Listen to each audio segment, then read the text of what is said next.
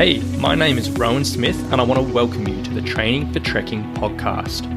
Now, this is the world's very first podcast which is entirely dedicated to helping you train, prepare and conquer your upcoming hike, trek or mountain adventure. So once a week, I'm going to be giving you quality and practical information on the subjects of physical preparation for trekking, dealing with altitude and nutrition on the trail, so you can know everything you need to be doing to have the best chance of a safe, enjoyable and successful adventure. So now you know what you're in for. Let's get into today's episode. Hey guys, so today we are talking about what to do when you're feeling unmotivated to train. Now the reason why I want to bring this up today is because last week in the Training for Hiking and Trekking Facebook group, one of the members, Glenn, he reached out to the group and he said, look, I'm training for an upcoming hike and I went to the gym tonight and I was just feeling really flat and unmotivated. And usually in this situation, he can push himself through and it's no dramas, but tonight he just couldn't get his head in the game and he ended up staying in the gym for 15 minutes, leaving and going gear shopping. And this is such a common story for people in the training world, and in particular for the training for the hiking, trekking and mountaineering world, purely for the fact that people have these big goals they're aspiring to, and that might be Everest Base Camp, it might be a massive weekend hike, it might be some type of, massive peak they're aiming for, or a through hike or whatever. And 9 times out of 10, people will choose these goals and they'll book these in the dates for these a long time in advance. So whether it's, a year in advance, whether it's a couple of years in advance or 6 months in advance or whatever. And human nature, it just tends to be we can be motivated and be focused for short periods at a time, particularly in the training world in general. Like 4 weeks, 6 weeks, 8 weeks seems to be the limit of when someone can really stay focused and have their eyes on the prize and really make sure all their workouts or the nutrition or whatever they're doing is 100% focused around their goal. But when we have these longer term goals, sometimes it can get a little bit trickier, and there do become periods when we've been training for quite a while where we just feel flat, we just feel unmotivated. And even though we know we should be training and we know how beneficial it is going to be for our adventure and to helping us not only succeed but enjoy these adventures, sometimes it just happens. And I'm of the big opinion of having the strategies in your back pocket to deal with this, and gone are the days where you have to just force yourself to get through it and just push yourself through and just say, look, that's mental strength, I have to do this. A small portion of the population can get away with that, and they do enjoy that, and they might be very beneficial for them to have that mindset. But for 95% of the population, that is not going to work, and it's just going to make you feel worse if you just think you have to do these things. So today I just want to run you through a list of very simple strategies which I've used for my clients in the past, and also myself in the past, because I do struggle with this myself. And if you do find yourself in this situation, or if you have a trek coming up, and you are aware that occasionally you drop motivation for training, you can have these strategies in your back pocket and pull them out when need be. So without any further ado, I want to jump into the very first one. Now, the first one I want to talk about is something called the one thing workout, which is something that I fall back on all the time in my training. Now, the idea behind this is you might walk into, say, the gym or your home workout or whatever, and you might have, say, 45 minutes worth of training to go, but you're just feeling flat, unmotivated. You really don't think you'll be able to get through that. Instead of sort of focusing on saying, hey, I need to get through this entire 45 minutes, or alternatively saying, look, I'm not feeling great, I'm just going to walk out the door, I say focus on one thing you're going to do well. So this might be one particular strength exercise out of your entire workout which you're just going to nail, or one particular interval. If you're doing interval training and you're like, look, I need to do this 1-2 minute stretch, I'm going to do that really well. Or even if you're feeling absolutely knackered, it might just be one mobility exercise and you're like, I'm going to nail this, I'm going to focus on this, and as soon as I've done this exercise or this interval, I'm out the door and I'm done. Now, the positive behind this is it can go 2 ways. In the first instance, once you've done something well and you've gotten yourself started moving and you've gotten yourself rolling over, more often than not, you sort of begin to feel that urge and motivation, that, that focus come in, that feel-good feeling of training. And more often than not, you're sort of ready to continue on. And then you might make a bargain with yourself and say, look, I've done my one thing, but maybe I'll do one thing more. And you might choose another thing and you do that. And if you feel good, then you might continue on to another thing. And sometimes it'll just roll over and roll over and roll over. Alternatively, some other times you might do that one thing and you're like, you know what, I'm still not feeling motivated, I'm still not feeling great. And then you can just leave the gym or leave the workout zone and just go live your life, put your feet up, read a book, relax. And at least in that instance, you've gotten that one positive of, hey, I've done something really well, I've taken a half a step forward today in my preparations, and you can be satisfied with that. And just in a mindset thing, it's really, really, really valuable. So I really love this one thing workout. I do it all the time when I'm struggling with energy and motivation, and I really, really think that's a really great strategy for you to fall back on if you do rock up to a workout or training session and you're feeling a bit flat. The next one is also known is understanding your why, which is something we talked about previously in the mental strength episode. And basically, if you do walk into a training session or you do walk into a training hike and you are feeling flat, then sometimes bringing your thoughts back to why you're actually doing this training and why you're actually going on this adventure can be very, very effective. Now, this thought process is really, really common in the business world, in any type of personal development world, in the weight loss world, basically anything when you're trying to motivate yourself to keep your eye on the prize. Understanding the actual underlying reasons why you want to do something can be such a powerful motivational tool. And so a lot of people will say, hey, I'm going to go climb Kilimanjaro because I've always wanted to do that in my life. But when it comes down to it, yeah, you've always wanted to do it in your life, but that's not enough to get that motivation. What you need to be doing is you need to be digging a little bit deeper, and you need to be saying, hey, why have I always wanted to do this in my life? So you literally would say to yourself, I've wanted to do this all my life.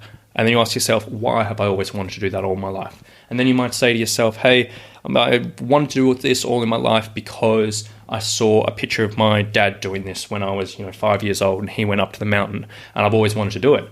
And then that will be a little half step up, and you can bring yourself back to that. You can think about that and it'll help you. But if you want to take another step further, you'll ask yourself why again, and you'll say, why do I feel like if I do something that my dad did, will I feel more accomplished? And then you might say, hey, because yada, yada, yada, yada, yada, yada, or whatever. And you can keep on digging into this thing, why, and eventually come up with this really, really powerful reason, which is very, very powerful for you in yourself, which you can go back to when you're struggling with motivation and struggling with energy, whether you're in your training or whether you're even on the trail and just simply using it as a mental strength strategy to get you through the day. It's such a powerful thing. And that's a super simple thing that more or less anyone can do, and it can be very, very effective.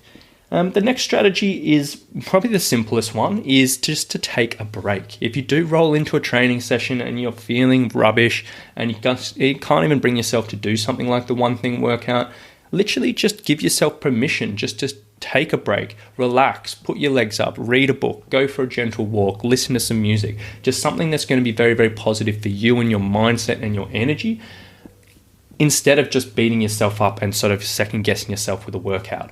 And then give yourself permission just to completely forget about the workout. So you're not, sitting on the couch reading a book and feeling guilty that you're not training, but fully commit to that, saying, look, today I'm having a complete rest. Tomorrow I'm going to walk back into this workout. I'm going to be re-energized. I'm going to be motivated. I'm going to make it happen.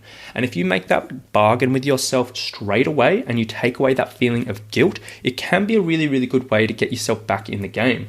But alternatively, if you do that and you skip a session, but you don't fully talk yourself through why you're skipping a session and how that's going to benefit you, and you do sort of sit around and you're feeling like, oh, I should have gone to the gym, and second guessing yourself and all of that, that's going to go the other way. So it is incredibly important that you do have that self-talk with yourself, understand the reasons why you're taking a break and understand the benefits that you're going to get from that, and make sure that you set yourself a target in your head and say, I'm going to return to exercise tomorrow or the next day or the next day, and I'm going to make it happen.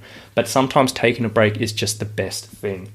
The next one is simply mix things up and just get a bit more creative or a little bit more exciting with your workout.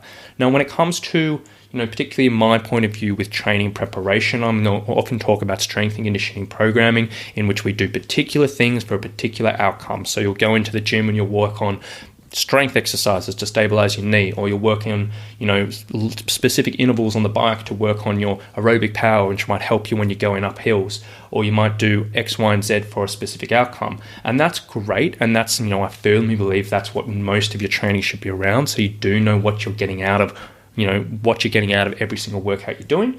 But sometimes you just need to mix things up and enjoy yourself a little bit more, in all honesty. So it might be as simple as, hey, today I'm supposed to be doing intervals on the bike. Maybe I'll go for a swim in the ocean. Or, today I was supposed to go for a long training walk and maybe I'll just go play tennis. They're not going to match up in a scientific world of exactly the same thing, but it's still going to be positive because you're still getting physical exercise, you're still going to get some type of training stimulus, but it might just be the change you need in your head. Alternatively, if you're in the gym, you can do something like just make your workouts a little bit more creative. So instead of doing, say, 4 sets of 8 repetitions for a particular exercise, you might do a little pyramid workout where you might start at 15 repetitions and go 12, 10, 8, 6, 4, and slowly work yourself down for time. Or you might do, a little timed workout where you're just doing timed intervals on each exercise instead of repetitions. And sometimes those little changes, as much as they take a little bit away from the structure and the structure of your workouts, they can just be that simple kick just to get yourself going and get your head in the game again. And it can be relatively effective. And it just takes a little bit of creativity with this type of things. And most gyms should have trainers floating around, and you can literally ask them, you say, hey, I've got this workout today, I just want to mix things up a bit, what can I do? And even the most rookie trainer in the world should be able to take a relatively structured training program and just give you a few ideas how to make them a bit more exciting. And that's something that's accessible to most people. Alternatively, if you are training at home or anything like that, just reach out to someone. If you were wanting a hand with this, join the Training for Hiking and trekking Facebook group, put a post up there, say I need a little bit more creativity. There's always going to be someone that's going to be able to help, and I'm always going to reach out for you there. So that's an option for you as well. The next one is get a training buddy. So sometimes just simply having someone to bounce off in your training sessions or to talk to during your training sessions can be so effective. Now, I personally always train by myself like 99% of the time because I thoroughly enjoy that. But every once in a while, when I'm feeling rough and I'm feeling down, like I'll reach out to a mate and be like, look, do we want to do a session together? Like, I just need someone there to pull me through. And so we'll go meet up to the gym, wherever it may be, or we might go outside and do some intervals together or something like that. And that really, really works for me. And I've seen it time and time again with my clients. If there is someone you can bounce off and you can enjoy yourself and you can use it as a bit of a social aspect as on top of just training, can be very, very effective. So that's one I would definitely recommend giving a go. And then the final one I want to talk about today is changing your environment. So simply changing where you're actually doing these training sessions and these exercise sessions can be really, really effective. So for example, if you're always training in the gym and you're doing your strength workout in the gym, sometimes go into an oval and bring in a few weights and your backpack or whatever, and doing that same or similar strength workout outside in the sun can be a really, really good change. Or it goes the other way. If you're always doing home workouts, but you're struggling to get your most self-motivated for that, simply going into a gym environment can be really, really effective. You might not need the equipment, you might not need the space, but just changing up that environment can be so good. And the same thing goes for your training hikes. Like I know so many people out there, they've got their 1 or 2 local hikes, which they'll repeat again and again and again, which is fine. It can be very, very effective for preparation. But again, it can get a little bit dull. It can get a bit boring, and just bringing yourself to do these hikes, it's a bit dull. So maybe just book in your calendar and say, look, I'm going to wake up 2 hours earlier on a Saturday morning. I'm going to drive to a little bit further to another hike, and I'm just going to change up this environment. And that can be really, really effective. Or even if you're doing a shorter local hike, which again, I know so many people do, and they'll do laps and laps and laps of this local hike or this local circuit. Again, just go somewhere else. Take a bit of a longer hike somewhere where you don't have to do repetitions, and it can make a really, really big difference. And that simple change of environment can make, all the world a difference in your training motivation and your training effectiveness. So again, that's another thing you can use if you do find yourself in this position. So I think that'll probably do us for today, guys. I do hope you get a bit of value out of this episode, because every single one of us will be in this situation in one stage or another when we're training for a hike, an adventure, or a mountain expedition, or even if we're just training for general fitness, general weight loss, or whatever we may be doing. We've all felt this feelings of demotivation. We all have different ways of dealing with it, but hopefully now, after listening today, you've got a few extra strategies which you might be able to apply here and there, which might be effective.